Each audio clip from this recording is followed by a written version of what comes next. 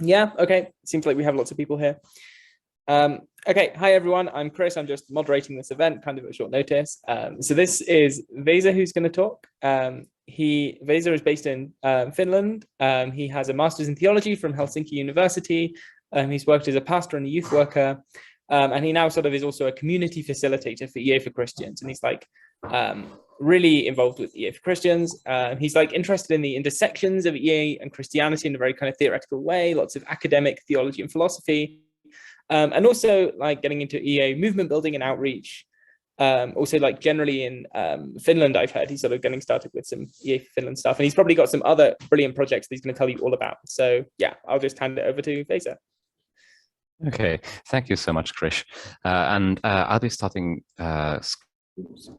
Sorry, whoops, press the wrong button there. Okay, yeah, no. Sorry, I was trying to mute everyone. Okay, yeah, no problem. Yeah, you indeed did mute everyone. Yeah, okay, yeah. So I have a deck of slides here, nothing long, don't worry. So I'll start screen sharing just a minute.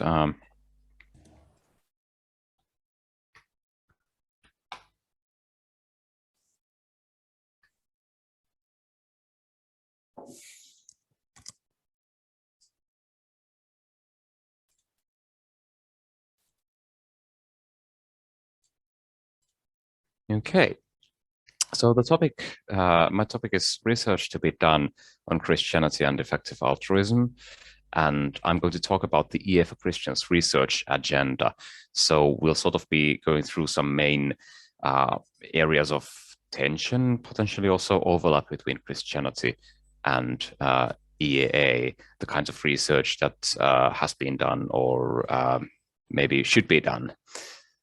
So yeah.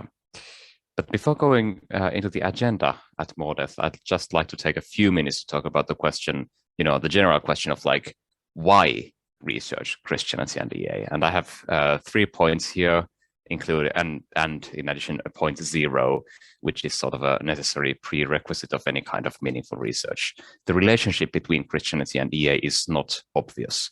There are both synergies and tensions that seem to exist. So that's a very fruitful position to be in with regards to research. So the relationship is not obvious or trivial. And another reason, or in a way, the first reason to do this kind of research is that there's a felt need for it. Christians interested in EA think about tensions and synergies between Christianity and EA. So it's natural that we would also want to produce some kind of research on these topics. The question itself, I think, is intellectually interesting. So there is this kind of like basic research reason to look more into it. And as we are in EA, we also think about impacts or effects of actions. So I would say this kind of research can further goals that are valuable for both Christians and effective altruists. It could help make it easier for Christians to become engaged with EA. Many Christians, when they first encounter effective altruism, have some feel some tension with it, and many continue to feel this tension even if they start getting engaged with the movement. So helping people process these thoughts, not necessarily like solving them, but just helping people articulate and process these kinds of tensions could lower the barrier of entering into the community and staying in the community, which is another point here. Then I think it could also help in outreach. If we have a better idea of, or more articulate, we have it better articulated what the relationship of Christianity and EA is like, I think that is in general helpful to reaching out to Christian audiences. And there's also a special case to be made for academic outreach. This kind of research could function as a kind of direct outreach by raising awareness of Christianity, of EA in Christian academic circles. And there could also be trickle-down effects, like, for example, professors speaking about some EA ideas to their students, or seminarians hearing about some core EA principles and maybe mentioning them to their future parishioners, and so forth and so forth. And then there's a specifically Christian goal, which is that this kind of research might help Christians stay Christian in EA. What I'm thinking about is that if effective altruism is very, very important to somebody and they're very engaged in the community, and if they feel a tension between this and their faith, that could be a factor that's sort of pushing them away from Christian faith, because naturally we as humans don't like cognitive dissonance, we don't like tensions. So one way to solve this kind of tension would be to abandon Christianity. So if we can help people process these kind of tensions in a more productive way, then that could help prevent or remove one factor that might be nudging some people away from the Christian faith. Okay, but now let's move on to the EA for Christians research agenda itself.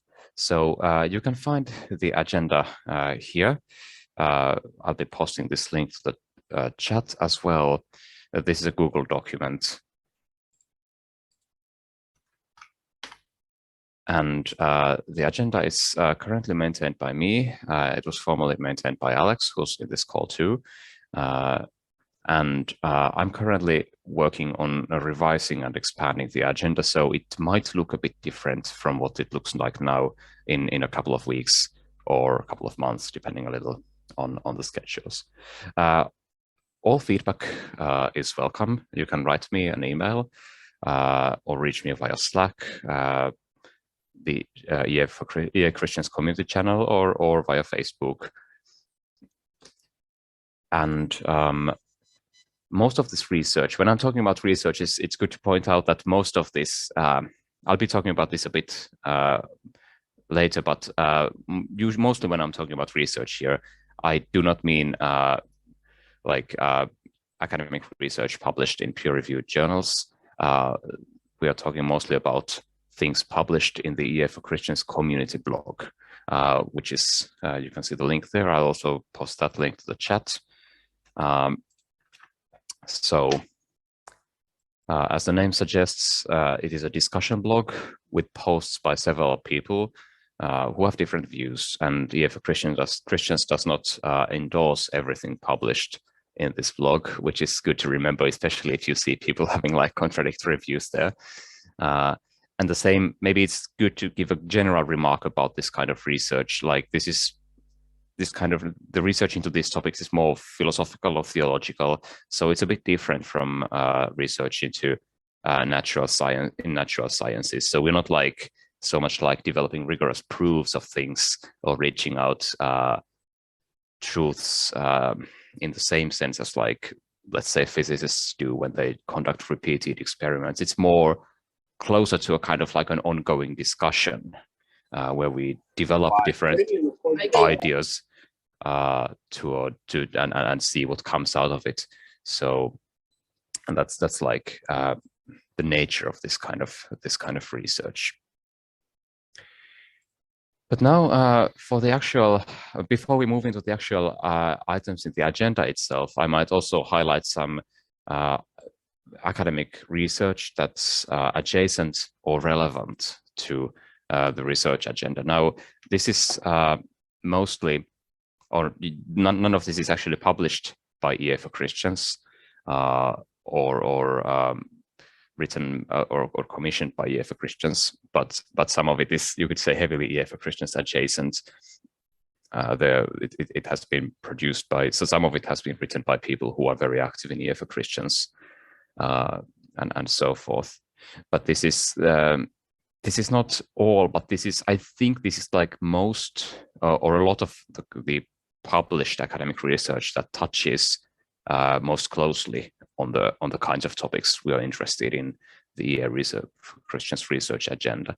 I'll be posting a link to these slides, or posting the slides, actually the file itself, in the Zoom chat a little later. So you can, there's all these links you can click if you want. Okay.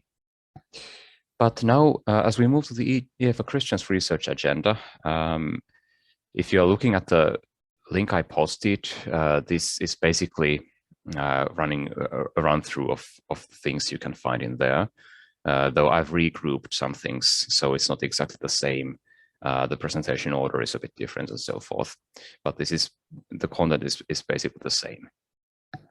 And the first item on our list, you could say, or the first topic, is Jesus. Oh yeah, there's a good reminder from Chris in the chat that we have a Slido for this session. So feel free to post your questions there and upvote the questions you think are valuable. We'll have a short Q&A, 5 to 10 minutes at the end of this session, and Chris will be picking questions from the Slido. So please do post your questions there. And the main question about Jesus is whether his example counts as evidence against effective altruism. It is not obviously clear that Jesus taught or lived by the principles of effectiveness. We don't see Jesus going around telling people to take on a high-earning career to donate as much money as possible. We don't see him talking about impactful careers, at least not explicitly, and so forth. And so as Christians, what do we interested in EA, or EA is interested in Christianity, what do we do with this kind of this information? There's two texts by Alex Ratti on this topic, but there are many different perspectives that we don't really have. We haven't really explored yet. There are several Bible passages in the research agenda that seem potentially relevant to effective altruism. I'm not going through all of these, just picking a few examples. There's the pericope of the alabaster jar, which to many people seems to be rather clear rebuttal of a kind of maximizing consequentialism. In the pericope, a woman breaks a jar of costly perfume to anoint Jesus. The disciples voice a complaint that it could have been sold and the money given to the poor, but Jesus says they should not make the woman sad, and she did a beautiful thing. And there's the memorable quote, you will always have the poor among you, but you will not always have me. There's actually two texts on this already, and are arguing that this is not really a knockdown argument of effective altruism. That's a really interesting passage in many ways. Another one I'd like to highlight is the parable of talents, and it's and the parable of minas in Luke. In that parable, which I'm certain most of you are familiar with, we can see a kind of idea of the effectiveness in a way. Those who use their talents well, multiplied their talents, are praised, whereas those who refused to use them, returned it to the master as it was, punished. But again, this is a very there's many different perspectives into this parable, and all of these topics, I think, are such that we have only scratched the surface. Really, if there's a blog post in this, many of these, I think, all of these topics would be worth at least a proper length article. Many of these you could write a book about this, or sometimes even a series of books, I think. So I'd like to sort of like point out that we're at the very beginning of conducting this kind of research. Then there are several aspects of Christian ethics and common Christian practices that raise questions. They might feel like be in tension with effective altruism, or sometimes there might seem to be a great synergy between the Christian practice and EA. How much should Christians keep for themselves? And I really like this formulation. It's not like how much should we give, but how much should we keep for ourselves? And this has actually produced, or this question has inspired three texts already. These are all published in the EA for Christians discussion blog. There's the question about tithing. How does that relate to effective giving? Is it permissible to be public about giving? And prioritizing Christian charities. And if you don't see a link after the item, it means there's nothing written on it yet, at least not nothing published by each EA for Christians. Local church and evangelism are another topic that's sort of where people feel there's a kind of like a tension, or at least some questions about how Christianity and effective altruism fit together. Do the principles of effectiveness apply in evangelism? Is evangelism the most important cause? If you take a kind of a maximizing approach, isn't the maximal good of getting people to heaven? Does it mean that we should use all our efforts to get people to heaven? But how does that fit together with the biblical example of that's very clear that we should be helping the poor and not focusing only on like things like preaching and so forth.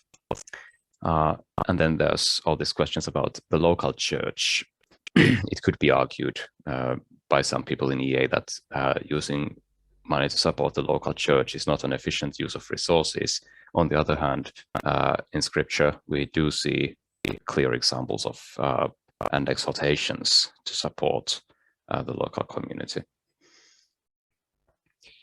And this has also generated some discussion in the blog. Career choice is an important part of EA these days. EA is moving further away from this earning to give approach and emphasizing an effective career much more. And there are some Christian ways of thinking about career that are maybe in slight tension, at least with the EA approach. There are questions relating to partiality. Effective altruism usually aims at impartiality, and in some sense, Christian ethics has features of impartiality too, God's universal love and so forth. Every human being as the image of God and so on. But then also traditional Christian ethics does emphasize certain particular obligations and relationships a lot.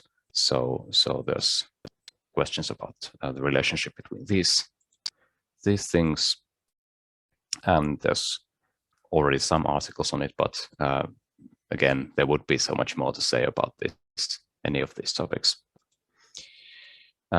Some EA course areas are puzzling to many Christians, and I would especially highlight the long-termist paradigm, the idea that most of the value lies in the future because of the expected number of future people is so large. So there's this idea in general, then there's question about what's called existential risk, the kind of risk that could end human life. We could, like extreme climate change scenarios, nuclear warfare, a very bad pandemic, and even some more exotic scenarios, from supervolcanoes to hostile artificial intelligence. Another cause area that's very popular in EA is animal welfare, but that's again something that hasn't traditionally been emphasized by Christians. Though there are some animal theologians who, and we actually heard about this in the keynote talk. Bruce Friedrich was also giving his thoughts on why at least touching on the question of why and how Christians should care about animal welfare. And then there are some miscellaneous things relating to like making decisions, the role of prayer in that, compatibility of Christianity with maximizing consequentialism and so forth and so forth. To recap and end with the most important, or not most important, but the practical question of like, if you're interested in contributing to this, what can you do? You could write a blog post for the EA for Christians discussion blog. There's an editorial process. So if you want to propose a post and write a draft, please contact me via my email or Facebook or Slack. It's also possible to write in a lower threshold platform. We have a forum, EA for Christians forum at the address there. I think I'll also be posting this in the chat. That's not there's no editorial process there, and you can participate in the discussion there. and sometimes we might publish top posts from the forum in the blog, or develop them into more mature or more polished posts for the blog. And of course, you're welcome to participate in our academic activities or even do academic research independently. EFA Christians runs these academic mini workshops from time to time. There's going to be one later this year. If you're interested, you can email me, or it will also be announced in our newsletter that you can subscribe to, and in our Facebook group. And in general, you're very welcome to participate in the discussion in our Facebook group, on our Slack channel, at the forum, or in our events. For example, the topics of our weekly discussions often touch on things related to this research agenda, and our speaker events also feature topics that are relevant to this. So I think I've already run over my time allocation, so I'll hand it over to Chris now, and it's time for questions. Thank you. Okay. Thank you so much, Vesa. That was a great talk. You touched on so many questions that I know I myself have thought a lot about, and I'm sure almost everyone else here too has at some point. So I've already put a link to the Q&As in the Slack. Lots of people have already asked questions. You should definitely follow that and upvote the questions you most want to ask, because we're going to have to prioritize. We've only got a couple of minutes remaining. So one of the top questions is, should we have more writing on the personal experience and practice of successfully combining our effective altruism with our Christianity? So perhaps more of a personal experience take, rather than the object level, what is the best thing to do? Yes, definitely. And we're actually trying to get more stories of Christians in EA published on our website. It's interesting. This was the top voted question, or the top question, because that's a project I'm currently involved in. So if you want to write your story, don't hesitate to contact me or JD. We are very happy to publish it, and we would very much like to see more of this kind of content. So yes. Okay, awesome. Another question is, have there been any individual congregations who have adopted effective altruist or similar approaches, and were there any positive long-run outcomes from doing this? So I'm guessing this probably... Yeah, there is one group I'm aware of. It's called Worldwide House Church. Maybe somebody can post a link to it. Its founder, Jay Dykstra, was actually a speaker in this conference earlier. That is the only church body I know that is explicitly adopted these principles. Awesome. Cool. And then Eleanor asks, has there been much discussion about what our end goal should be? So God's end goal seems to be his own glory, but how should this impact our thinking? What are we aiming for? Yeah, this is a very important question. Hard to answer short. These are all small, quick, easy questions. Yeah. But I would say yes, there has been some thought on this, and there will be something on this in a forthcoming academic article. It's going to be an encyclopedia article in the St. Andrews Encyclopedia of Theology, published, and it's by me and Dominic Roser. It's an encyclopedia article, so we won't be solving this question, but there's going to be something about this. Yeah, a very important topic. There should be more writing about that.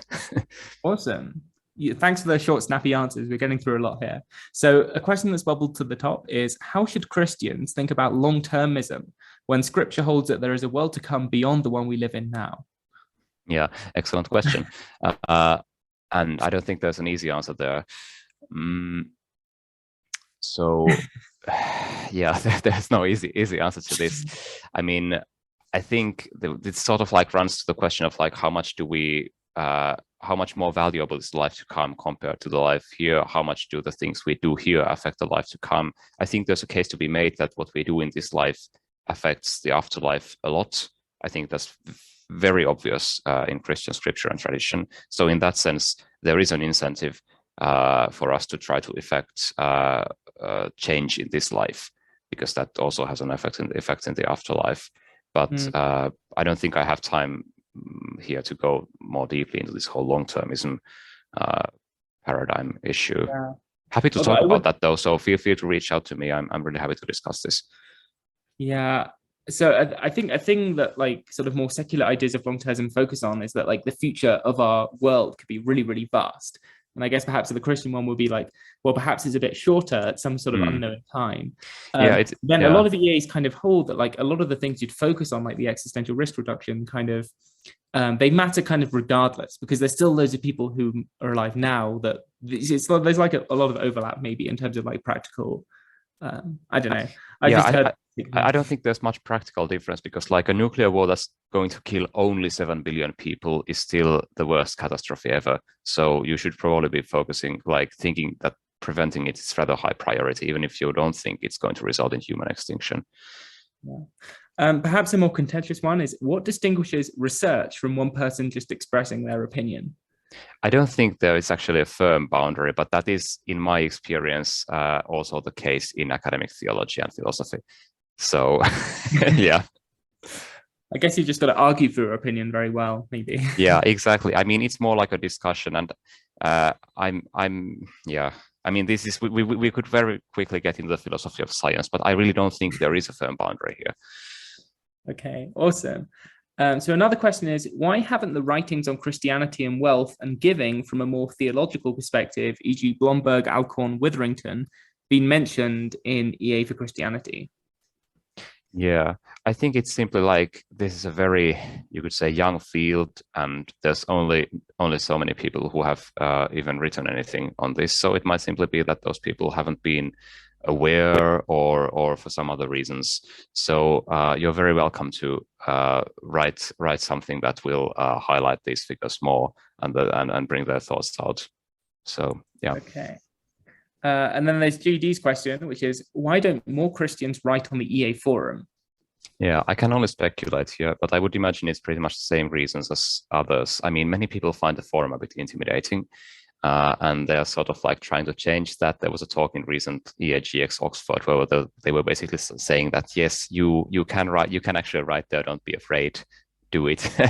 And I would imagine it's the same thing. I don't know if Christians are writing relatively any less than other people in EA. If they are, then I would guess the reason is that they feel like EA is mostly secular movement. So if you're arguing from Christian premises, that's maybe not the best. Like most of the audience is not going to share those premises, which makes it a bit awkward. I mean, you're free to do that if you want to, but I think that might be a reason. Yeah, I think I should like also add to this. It's like a very sort of strongly emphasized thing in EA that like we really want you to write stuff. A lot of people have a lot of self-inhibitions. You're like, oh, am I good enough to write something? Who would listen to me? Who'd read me? This is like, really young questions that we're sort of at the beginning of grappling with. And if you sort of have a bit of an inkling or like an inclination to write something, then please go ahead and do it. And like there are loads of people in this community who'd love to give you feedback. Yeah. So we have to end this session now. Thank you so much. I posted a PDF of the slides there, and there's my email address. So feel free to contact me and ask for the slides or anything like that, and look through the slides and click the links. Thank you so much. It's been a pleasure and an honor. See you all in the closing session. Yeah. Okay. Bye, everyone.